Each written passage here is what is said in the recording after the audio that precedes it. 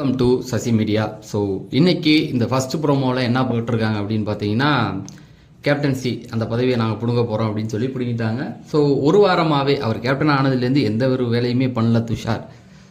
அரோரா கூட உட்கார்றது, அதுவும் பயப்படுறாரு. அது கூட உட்கார்றதுக்கு ஏதாவது 7:30 எழுத்து விட்டுருமோன்னு பயப்படுறாரு. அதுவும் தாண்டி சில விஷயங்கள் நடக்குது. ஸோ பிக் பாஸ் என்ன சொல்கிறாரு அப்படின்னா, கூப்பிட்டு தம்பி நீங்கள் எதுக்குமே லாய்க்கு இல்லை, ஒவ்வொரு சீசனும் ஒன்றுத்துக்கு ஃபேமஸ்ஸு, இந்த சீசன் எதுக்கு ஃபேமஸ்ன்னு எனக்கே தெரியலடா, இருந்தாலும் நான் இப்போ ஆன்சர் கண்டுபிடிச்சிருக்கேன். என்ன அப்படின்னு பார்த்தீங்கன்னா, விதிமீறல். ஏவும் மைக்கை ஒழுங்காக மாட்டுறதில்ல, தின்றது தூங்குறது இப்படியே தாண்டா சுற்றி வரீங்க, ஒன்றுத்துக்கு நீங்கள் உதவ மாட்டீங்க அப்படிங்கிறத மூஞ்சிக்கு நேராகவே சொல்லிட்டாரு. முக்கியமாக கேப்டனே விதியை மீறாரு. வீட்டு தலைக்கு எதுக்குடா தலை, போடா வீட்டுக்கு தலை தேவையில்லடா அப்படின்னு அடிச்சு விட்டாரு. ஸோ துஷாரை எனக்கு தெரிஞ்சு நான் ஒன்று சொல்கிறேன் பாருங்களேன், 3வது சீசனில் ஃபஸ்ட்டு எடுத்தோடனே கேப்டன் ஆனது வனிதா. அந்த ஒரு வாரம் அந்த வீட்டையே அலற விட்டு காமிச்சாங்க இல்லையா. இந்த ஃபஸ்ட்டு வீக்கு கேப்டன் ஆகிறவங்க ஏதாவது ஒரு சம்பவம் பண்ணுவாங்க.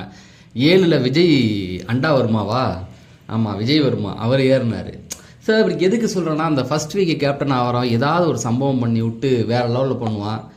இது எதுக்குமே லாய்க்கு இல்லாமல் சும்மா உட்காந்துருக்காங்க மக்களே. அதுதான் உண்மையாக சொல்ல போனால், ஒரு 2 பேர் வாட்டர் மில்லனையும் இப்போ கம்மி பண்ணிட்டாங்க. பார்வதி கொஞ்சம் பேர் வெளியில் வராங்க. அந்த டாஸ்க்குனால நேற்று அடித்தடி கொஞ்சம் இந்த வாரம் போயிட்டுருக்கு, அவ்வளோதான்.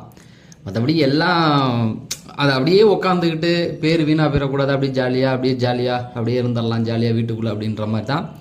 அதான் போட்டு பிக் பாஸ் பொழந்து எடுத்துட்டார். போங்கடா உங்களை ஒன்றும் தேவையில்ல, நீ வீட்டை விட்டு வெளியில் போ அப்படிங்கிற மாதிரி. வீட்டை விட்டு போக சொல்ல, நீ தேவையில்லன்ட்டார், போ எனக்கு தேவை கிடையாது கேப்டன்னு அப்படின்னும் போது அவன் இருந்து ஒரு பிரயோஜனமும் இல்லைல்ல வீட்டுக்குள்ளே. அப்போ அவன் பிக் பாஸ் வீட்டுக்கு தான் நான் கேப்டன்ற மாதிரி